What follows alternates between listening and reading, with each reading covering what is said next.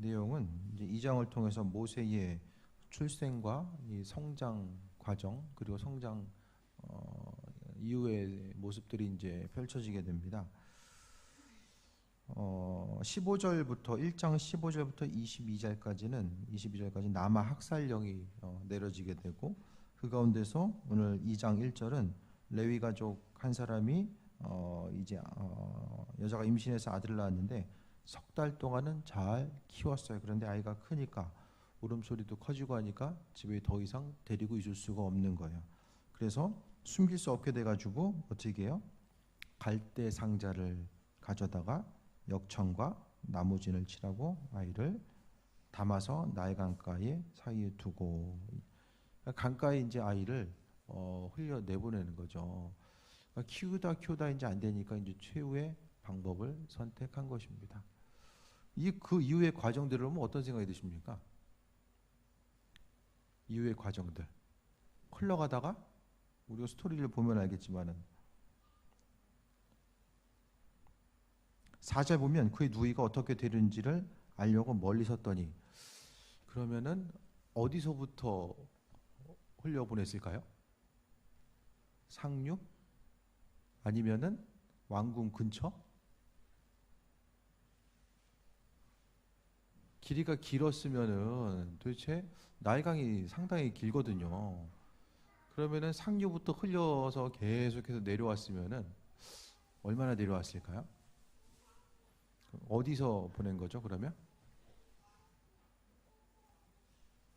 네, 근처죠. 유추해 볼 수 있는 것은 유모를 구하고자 했을 때에 근처에서 구해 오잖아요. 집이 만약에 뭐 5km, 10km, 예? 한 100km 떨어져 있으면은 가가지고 이제 그 누이가 가서 이야기하는 게 유모를 구해오겠다라고 하는데 출퇴근이 불가능하잖아요. 뭐 상주했을지는 모르겠지만 그걸 생각했을 때 아마 왕궁 근처에 있지 않았을까, 그렇게 이제 유추를 해볼 수 있는 거죠. 그러니까 전략적으로 그러면 띄워보냈을까? 괜한 거 물어보나? 성경을 읽을 때 그냥 문자 그대로만 보지 마시고 이제 생각을 좀 해보는 거예요. 이렇게 생각을 하다 보면은 그 안에서 하나님께서 허락하신 은혜와 풍성함이 우리 심령 가운데 이제 발견돼요. 예를 들어서 이제 성경에 대해서 주석할 때도 이제 공부할 때도 뭐 예를 들어서 출애굽기 2장이다 그러면 본문을 한 100번 이상은 읽으라고요. 이것저것 보지 말고 본문을 100번 이상 읽으라 그러면은 거기서 이제 통찰력이 생기고 중심이 무엇인지를 알게 되거든요. 여기서 보니까 바로의 딸, 제 생각에는 왕궁 근처에다가 띄운 거예요. 전략적으로. 그 중에서 그러면은 뒤에 보겠습니다. 띄웠는데 그러니까 옆에서 볼 수 있는 거죠. 바구니가 뛰어 내려가는 것에 대해서 이제 그 모세의 누이가 볼 수 있는, 그 미디암이죠. 볼 수 있는 상태에서 보다가 쭉 내려가는데 마침 그때에 시녀들이 나일강가를 거닐 때에 그가 갈대 사이에 상자를 보고 시녀를 보내어 가져다가, 그러니까 바로의 딸이 나온 거예요. 그러면은 바로의 딸이 나오는 시간을 미리 알았을까요? 바로의 딸이 지나가는 시간,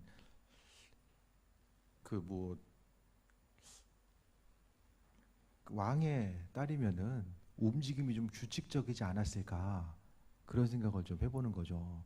그때 맞춰서 규칙적으로 있다가 이제 보고서 띄운 거예요. 그러다가 이제 발견해가지고 데리고 와라. 그랬을 때에 아이를 보고 원래는 어떻게 돼야 됩니까? 발견되면 죽는 거예요. 발견되면 죽는 거예요. 근데 건져다가 아이를 키우게 되죠. 왕의 딸이 키우게 되는 것들이 보여지고, 또 그때 마침 이제 모세의 누이가 그 자리에 있어서 만나게 되고, 이런 것들이 다 어떻게 생각하면은 하나하나 이제 맞아 떨어지는 것이 어떻게 생각하면 좀 우연의 일치처럼 보이기도 하지만, 근데 중요한 것은 나일 강가에 애를 띄웠는데 가라앉지 않았어요. 이 당시에 뭐 이렇게 방수 기술이 얼마나 탁월한지 모르겠지만 가라앉지 않고 아이가 지나가는 동안에 둥둥 떠가도 만약에 이제 바로의 딸이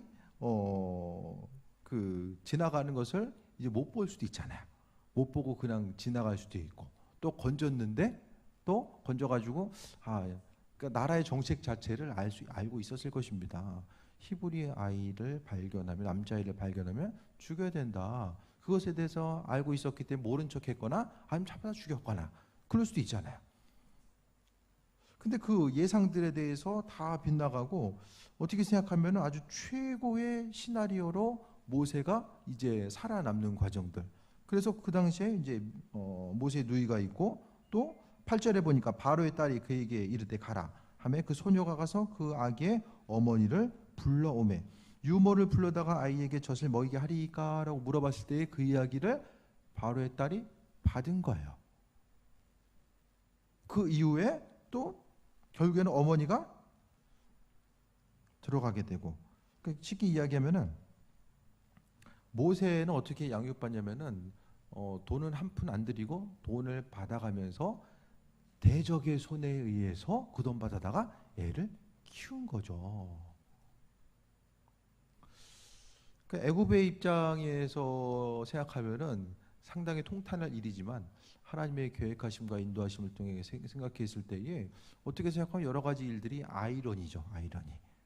죽이려고 했는데 오히려 그 집안에서 나오는 돈을 가지고 아이를 키울 수 있는 이런 상황들이 또 만들어지게 됩니다.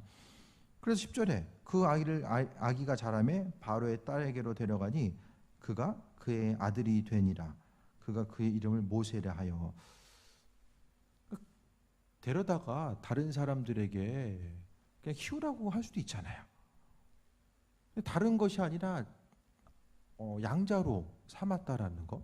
왜 양자로 삼았을까요? 그러니까 출애굽기 2장을 통해 볼 수 있는 것은 하나님께서 모세를 다루어 가시고 선택하시고 또 그를 통해서 행하고자 하는 수많은 일들이 오늘 성경 본문을 통해서 등장해 있습니다. 인생을 살아간다라는 거, 오늘 본문에 보면 남아 학살령, 그것을 통해서 히브리 남자아이는 다 죽을 수밖에 없었던 아주 위기의 순간이었어요. 이 위기의 순간을 통해서 하나님은 하나님의 방법대로 순차적으로 그 일들을 행해 나아가신 것들을 보게 됩니다. 사람이 보게 되면 상당히 이제 그냥 전략적으로 했을까? 우연일까? 우리는 정확히 알 수는 없죠. 그냥 먼 곳에서부터 뛰었을 수도 있고, 그럼 우리가 추측할 나름이지 정확한 것은 성경에 기록된 것은 자세히 어떤 것보다는 어쨌든 간에 뭔가 과정들 자체가 하나 둘씩 맞아 떨어지게 되고, 이것은 하나님의 예비하심의 손길이 아니면은 설명할 수 없는 모세의 그 양육하면서 건져지고 양자로 채택되는 이런 과정들이 성경을 통해서 계속해서 그려지게 됩니다. 이런 하나님의 일하심 자체는 성경에만 존재하는 것이 아니라 믿는 우리들의 삶의 여정 가운데서도 함께 합니다. 순간순간 이해하지 못하는 그런 환경에 놓여 있다고 할지라도 하나님은 그분의 방법에 의해서 우리의 삶을 이끄시고 인도하시고, 오늘 본문의 내용은 마치 이제 톱니바퀴가 이제 맞아서 계속해서 움직여 돌아가는 것처럼 상황들이 정확하게 맞아서 움직여가는 이런 과정들에 대해서 우리가 볼 수 있게 됩니다. 그러니까 식구들은 모세를 계속해서 보게 되고, 모세는 이 당시 이집트는 계속 말씀드리지만 강대국이에요. 강대국. 강을 끼고 있었던, 그러니까 고대 문명은 많은 부분 이제 거의 대부분이죠. 중국도 그렇고 뭐 이제 여러 가지 문명, 뭐 황하 문명이라든지 뭐 여러 가지 문명들이 다 강가에서 이루어지게 됩니다. 이집트도 나일강을 끼고 있었기 때문에 아주 훌륭한 문화를 소유하고 있었죠. 그 가운데서 하나님은 그 문화 가운데서 모세를 성장시키신 거예요. 모세가 만약에 그 벽돌 굽는 거 하고 있었으면 감당할 수 있었겠습니까? 길들 가운데? 모세가 나중에 이제 하나님부터 부름 받아서 이집트로 돌아갔을 때에 그의 신분은 전직 왕자잖아요. 스토리를 또 뒤에 보게 되면 이제 왕으로서 히브리 출신의 왕자로서 여러 가지 이제 그 미운 털이 박혀 있었던 것 같아요. 그거 아니면은 그 히브리 노예를 죽였다고 해서 죽을까봐 도망쳐서 움직였었겠습니까? 나름대로 어려움이 있었겠지만 하나님은 모세를 왕궁에서 양질의 교육을 받고 그 가운데서 이제 미래의 앞으로의 상황들 가운데서 히브리 민족들을 탈출시켜서 출애굽시킬 수 있는 장본인. 그러니까 그가 그와 같은 일을 행할 수 있던 것은 애굽에 대해서 누구보다도 더 잘 알고 있었던 사람이 바로 모세였던 것을 보게 됩니다. 이런 출애굽의 과정들은 하나님의 도우심과 예비하심이 그 안에 담겨져 있음을 이야기하고 있고요. 그리고 이제 출애굽기 2장 10절에서 11절 사이에는 공백이 있어요. 물에서 건져낸 다음에 바로 장성한 게 나와요. 나머지 공백은 어디 갔죠?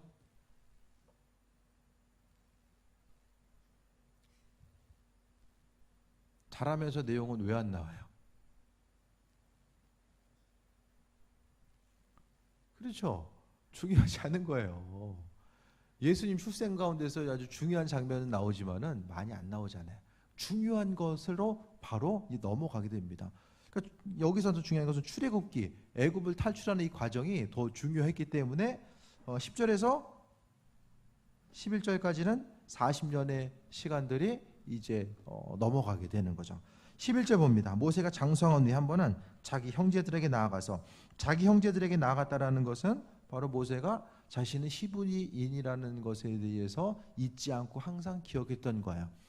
그래서 성장에서 어떤 마음 가운데 이제 여기서 장성했다라는 것은 몸과 마음이 다 장성했다라고 하는 이런 원어적인 의미성을 갖게 됩니다. 이제는 장성해서 자신의 존재성에 대해서 찾아가는 거죠. 그러니까 사람이 성장하면 자아에 대해서 질문하게 되고 또 내가 누구인가, 또 앞으로의 삶의 여정 가운데서 발견해야 되는 여러 가지 것들이 있잖아요. 그 장성했을 때에 형제들을 보니까 어떻게 하고 있어요? 애굽 사람이 한 히브리 사람고 자기 형제를 치는 것을 보게 됩니다. 그러니까 같은 종족으로서의 이런 정체성 자체가 그 안에 있었고, 그래서 옆에 보다가 결국에는 좌우를 살펴 사람이 없음을 보고 애국 사람을 쳐 죽여 모래 속에 감추니라라고 합니다. 그러니까 부지 중에 죽인 것이 아니라 어떻게 죽인 거예요? 좌우를 살펴봤다라는 것은 어느 정도 계획성을 가지고 이제 살인을 저지른 거죠. 그것에 대해서 생각했을 때에 이튿날 13절 다시 봅니다.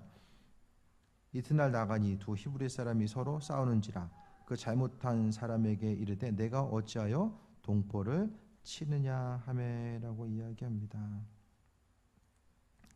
그랬을 때에 그러니까 자신이 가지고 있었던 스스로의 방법이 있잖아요. 애굽에서 배웠었던 것, 경험했었던 것, 그것을 통해서 발견하려고 하고 또 어떤 것을 행하려고요. 그러니까 히브리 민족들을 위해서 자신이 할 수 있는 방법, 지혜와 능력으로 행하려고 합니다. 그랬다가 이제 어떻게 됩니까? 뒤에 애굽 사람을 죽인 것이 탄로가 나서 15절에 바로가 이 일을 듣고 모세를 죽이고자 하여 찾는지라 모세가 바로의 낯을 피하여 미디안 땅에 머물며 하루는 우물 곁에 앉았더라. 사이가 좋았으면은 안 그랬겠죠. 왕이 모세랑 사이가 좋았으면은 그 일로 인해서 죽이려고 안 했을 거예요. 그러니까 왕은 결국 뭐예요? 모세를 죽일 만한 틈을 노리고 있었다라는 그런 핍박의 이제 계기를 찾고자 했었던 것도 우리가 하나 더 생각해 볼 수 있는 거죠. 모세가 이제 장성한 후에 살인과 이제 도피의 현상들이 나오게 되는데 중요한 것은 하나하나 스토리의 내용을 보게 되면 하나님의 계획하심의 손길. 그럼 내부에서 견제받음이 없었으면 모세는 어떻게 했습니까?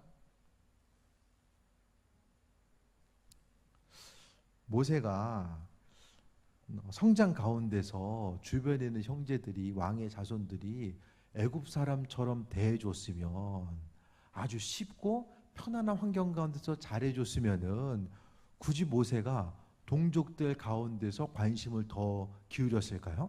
또 살인을 저지를 만한 그런 마음의 동기가 되었을까? 그런 것들도 한번 우리가 생각해 보게 됩니다. 한 가지 한 가지 성경은 꼭 필요한 부분도 중요한 부분을 기록하고 있는데 그렇지 못한 부분에 있어서는 우리의 상상력이라든지 또 우리의 생각에 대해서 어느 정도 맡기는 부분들이 많이 나오게 돼요. 그랬을 때 우리가 오늘 나오는 그 드러난 부분들을 통해 생각해 봤을 때 이 하나님은 한 가지 한 가지 모세의 탄생부터 장성한 분량에 이르기까지 하나님은 모세의 삶의 여정 가운데 끊임없이 개입하셔서 그분의 일들을 이루어 갔음에 대해서 보게 됩니다. 그러니까 모세는 하나님께서 어떻게 하신 거예요? 전략적으로 성장시키신 거죠. 하나님은 이스라엘 민족들 가운데서 430년의 그 애굽에서의 생활 이후에 탈출시키고자 하는 계획을 언제부터? 처음부터 가지고 있었어요. 먼저 믿음의 족장들에게 애굽에서의 삶이 평생 지속되지 않을 것에 대해서 분명히 말씀하셨고, 또 애굽에서의 삶은 저희도 말씀드렸던 것처럼 인큐베이터, 그들이 어느 정도 장성한 그 인구수가 찰 때까지 하나님은 애굽이라고 하는 곳에서 그들을 보호하시고 인도하시고 함께하셨던 모습에 대해서 보게 됩니다. 삶의 순간순간마다 우리가 어려운 일이 있을 때에 기쁨과 소망감 가지고 살아가기 위해서 중요한 것은 하나님의 계획하신 가운데 내가 살아가고 있다. 그 계획하심은 하나님의 어떤 각본을 다 짜놓으시고 그 틀 가운데 우리를 올려놓으신 것이 아니라 하나님은 우리와 함께 일하신다라는 그 부분을 생각해 봐야 됩니다. 함께 일하면서 우리가 가장 중요한 것은 하나님 우리에게 믿음을 요구하신다라는 것에 대해서 이야기합니다. 출애굽기 2장 1절에서 15절을 통해 보게 되면 몇 가지 이제 볼 수 있는 것들이 있는데요.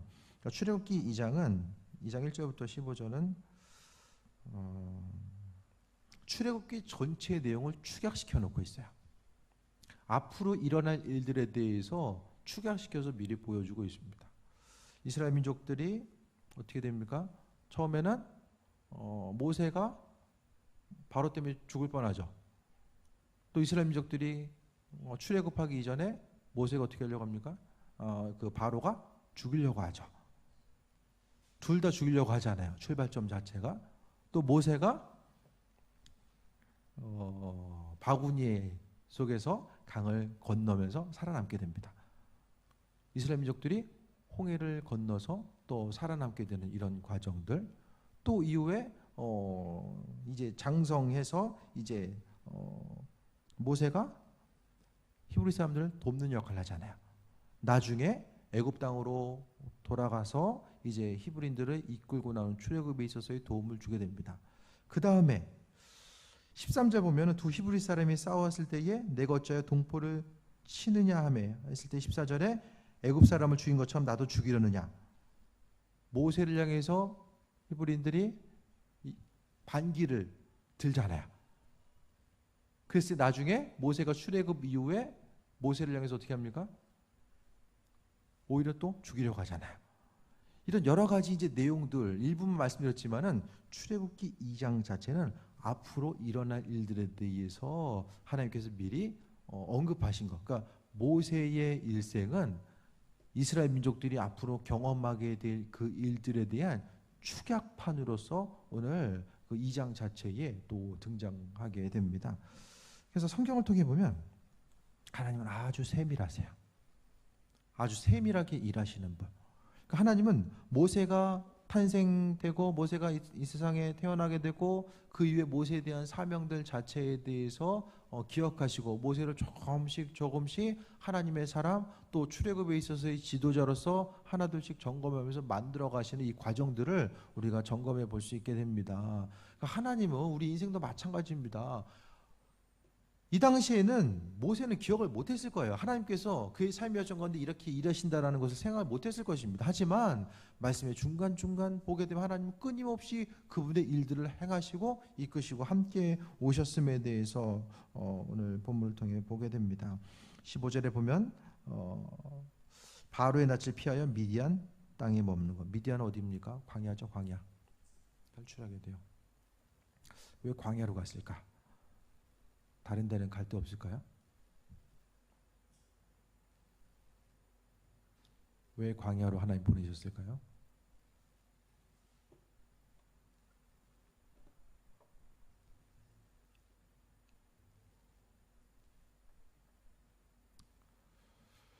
광야에서의 삶은 이전에 배웠던 것이 별로 필요가 없어요.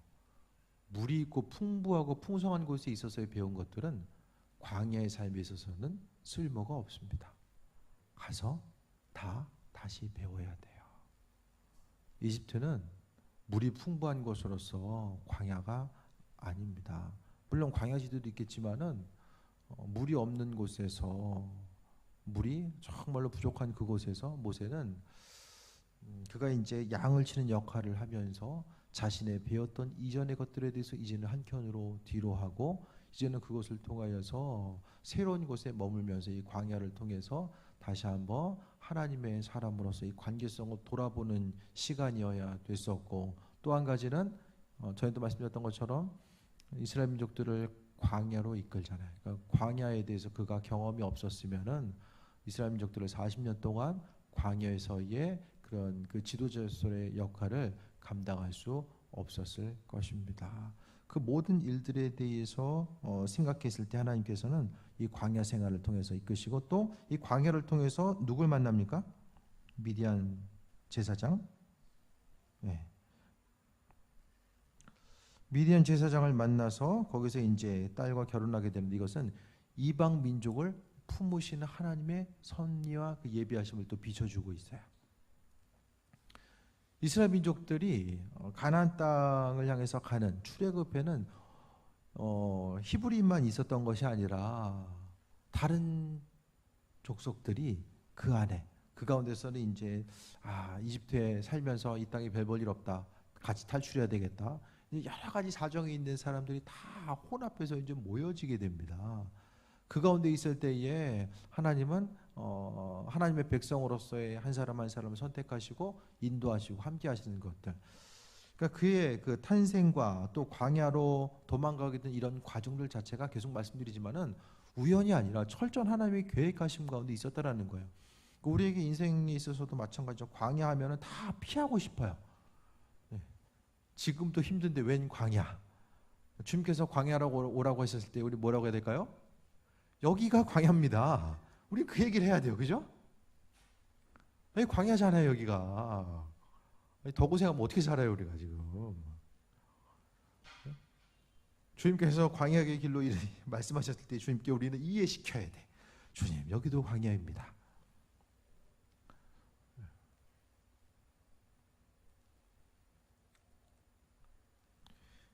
이해하실지 모르겠지만은 삶의 순간마다 우리는, 근데 한 가지 중요한, 하나님은 광야로 이끄시는 모습이 있었다라는 거예요. 하나님의 뜻이 있다라는 거예요. 광야가 아니면 행할 수 없는 그 일들이 분명하게 세상에 존재한다라는 것을 이야기합니다. 그래서 광야가 있을 때 우리는 하나님께 철저하게 주님 이거 피해가면 안 될까요? 그것에 대해서 좀 기도를 할 수는 있죠. 근데 더 중요한 것은 그 광야의 시간, 하나님 피해갈 수 있는 것도 좋겠지만 그것을 통해서 하나님께서 바라고 원하신 일들을 내가 이룰 수 있게 되길 바랍니다. 믿음의 용기와 결단을 가지고 그 일들을 행해 나아가는 것. 그러니까 어려운 일들도 하나 어려운 거 통과하고 나면 웬만한 어려움이 있어도 정말 승리하고 이겨나갈 수 있는 것 같아요. 정말 큰 어려움을 경험했던 사람들은 이후에 어려움이 와도 그것 때문에 믿음의 뿌리가 흔들린다든지 그것 때문에 계속해서 두려움을 갖는 일들은 많지 않은 것 같아요. 주변에 보면은 정말 힘들고 어려운 과정들을 경험했던 이들을 가끔 보게 되는데, 그들은 예전에도 이런 어려움들 주의 은혜로 이겨왔으니까 앞으로도 그냥 하나님께서 이기하실 거야. 물론 힘들고 어려운 과정들, 일일이 말로 하기 힘들고 어려운 과정들이었지만은 하나님께서 이기게 하신 것. 그러니까 믿는 사람들이 이렇게 그 톱니바퀴가 움직이는 것처럼 이 세밀하게 일하신 하나님의 예비하신 우리의 10년 가운데 있는데, 중요한 것은 우리 믿는 우리들은 이유 없는 고난은 없다. 그걸 생각하셔야 됩니다. 절대로 이유 없는 고난은 없습니다. 우리는 고난이 있을 때에 그 고난 이면에 있는 하나님의 뜻과 인도하심을 발견할 수 있어야 되고, 삶에 있어서 고난이 없는 분들은 반드시 고난은 다가옵니다. 다가오게 됩니다. 어떤 은퇴 목사님, 원로 목사님 얘기 들어보면은 목회하는 동안에는 정말 별일 없었는데 목회하고 이제 그 은퇴하고 나니까 모든 일들이 그냥 자녀가 실명하고 뭐 여러 가지 어려움들이 이제 몰아서 쏟아지더라. 근데 이 은퇴 이후의 삶을 통해서 더 고난을 통해서 하나님을 깊이 만나게 되는 그런 계기가 됐다. 뭐 그런 또 믿음의 고백을 하는 것을 또 들었는데요. 중요한 것은 광야로 이끄신 하나님의 뜻과 예비하심이 있다라는 거. 그것에 대해서 우리는 먼저 답을 내려놓고 나머지 고난을 맞이해야만 합니다. 고난의 순간을 통과하면서 이거 왜 그러지 뭐지? 그거 너무 복잡하게 생각하지 마시고 세밀하신 하나님, 그분은 자녀된 우리에게 이유 없는 고난을 허락하는 분이 아니다라는 거, 그것을 먼저 인식하고 나아감이 중요합니다.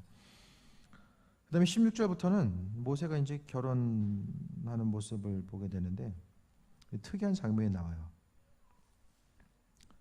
믿음의 족장들의 결혼식에 있어서 첫 만남은 어디서 이루어집니까? 우물이에요, 우물. 당사자나 그 대리인이나 항상 만나는 것은 우물이에요. 이삭이 만났어요. 아브라함이 만났어요. 또 누가 만났어요? 야곱도 만나지 않았나요? 우물가에서? 우물.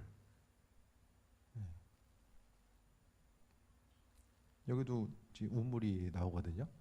그 성경에 우물이 나온다 그러면 이제 공식이 있어요. 공식. 그러니까 하나님은 우물을 선호하시는 것 같아요. 그래서 우물가에서 그럴 수밖에 없는 게 사람의 만남의 장소는 광야에서는 우물이잖아요. 우물이 없으면은 만나기가 어디서 만납니까?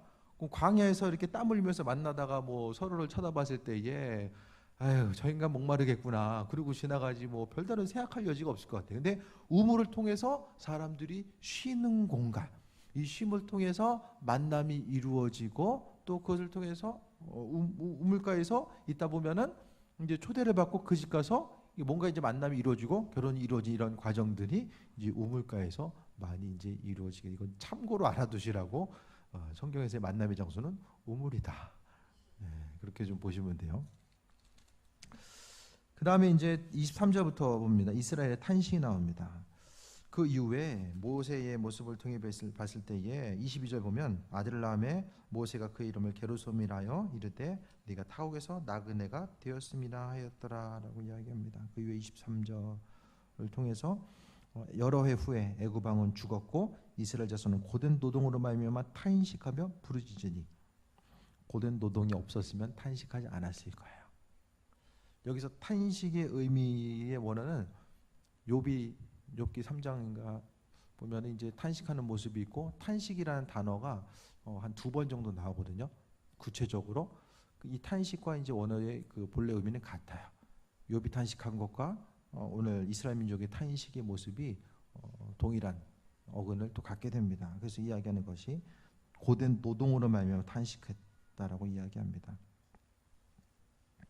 힘들고 어려운 과정은 하나님을 찾게 하는 거예요. 고난의 이유가 뭘까? 그것에 대한 하나의 실마리를 주게 됩니다. 그것은 하나님과의 관계성입니다. 쉽고 편안한 가운데서는 사람이 하나님 찾지 않아요. 그것은 어떤 특별한 사람들의 문제가 아니라 다 사람이 다 똑같습니다.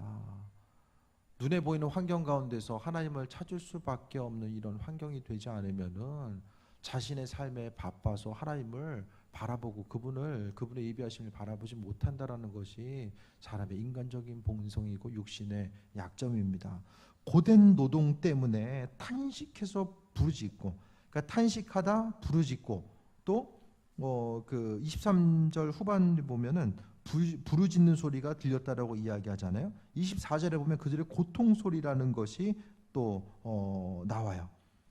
그러니까 2장 23절 24절을 통해서 탄식과 부르짖음과 고통의 소리가 얼마나 컸는지를 이야기합니다. 그 부르짖음, 힘들고 어려운 순간, 그러니까 믿는 이들이 항상 문제 해결책은 피한다고 피해지면 그게 문제입니까? 피할 수 있으면 그게 문제가 아니잖아요. 못 피하니까 문제되는 거예요. 계속해서 피하다 보면 어떻게 됩니까? 남는 게 없어요. 고난이 끝나질 않아요. 하나님은 그 고난을 통해서 이겨내라고 하시고, 그 고난을 통해서 하나님과의 관계성이 회복되길 원하시는데, 날마다 피하다 보면은 피하는 기술은 늘지 모르겠지만 끝이 안 난다는 거예요. 그러니까 우리는 하나님의 도우심과 인도하심, 어려운 일이 있을 때에 우리는 부르짖고 탄식하며 주님께 나아가야 되는 것이 삶의 모습이 되어야 됩니다. 고된 노동으로 말미암아 부르짖는 소리가 하나님께 상달된지라. 부르짖어 기도했을 때 하나님은 그들의 음성을 들으셨어요. 그 전부터 하나님 듣고 계셨어요. 하나님의 시선은 약속한 이후에, 하나님께서 아브라함과 약속하신 이후에 하나님의 시선은 다른 곳을 향하지 아니하시고 항상 이스라엘 민족들, 언약의 백성이 있는 그곳을 향해서 시선을 두셨고, 부르짖었을 때에 오늘 성경은 하나님께 상달되었다라고 이야기합니다. 앞에서 언급한 내용들을 24절을 통해 볼 수 있는데요. 하나님이 그들의 고통 소리를 들으시고 하나님이 아브라함과 이삭과 야곱에게 세운 그 언약을 기억하사라고 합니다. 하나님께서 언약을 기억하시고 그들의 삶의 여정 가운데 은혜로 베푸시고 인도하시는 모습에 대해서 우리가 보게 돼요.